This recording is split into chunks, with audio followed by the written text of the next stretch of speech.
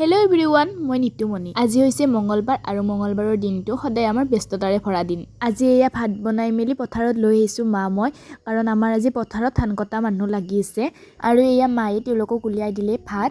এই যে ভুই ৰোৱাতে আপোনালোকক দেখাইছিলোঁ, তেতিয়া আহিছিলোঁ আৰু তেতিয়া পথাৰবিলাক সেউজীয়া হৈছিল আৰু এতিয়া আহিছোঁ আৰু এতিয়া সোণালী হৈ গ'ল, ধান পকিল আৰু কাটিবৰো হ'ল আৰু মই আজিহে আহিলোঁ। তাৰপিছত এয়া পথাৰৰ পৰা আহি মই দেউতাৰ লগত আহিছোঁ বজাৰলৈ। আজি বজাৰ কৰোঁ বুলি অহা নাই ৰ'ব, আজি কিবা এটা বেলেগ কামতহে আহিছোঁ। যিহেতু আজি বজাৰো আছে সেইবাবে প্ৰথমতে বজাৰে কৰি ল'লোঁ। প্ৰথমতে মাছ ল'লোঁ আৰু তাৰপিছত বেলেগ চব্জি বজাৰখিনি কৰিলোঁ, তাৰপিছত আহিলোঁ আচল কামটোলৈ। এয়া দেখিছেনে, এয়া ফাৰ্নিচাৰখিনি আমি আগতে অৰ্ডাৰ কৰি গৈছিলোঁ বিয়াৰ বাবে আৰু তেওঁলোকে আমাৰ কামখিনি কৰি আছে যিহেতু সেইবাবে এবাৰ চাই যাওঁ বুলি ভাবিলোঁ কি কৰি আছে তেওঁলোকে।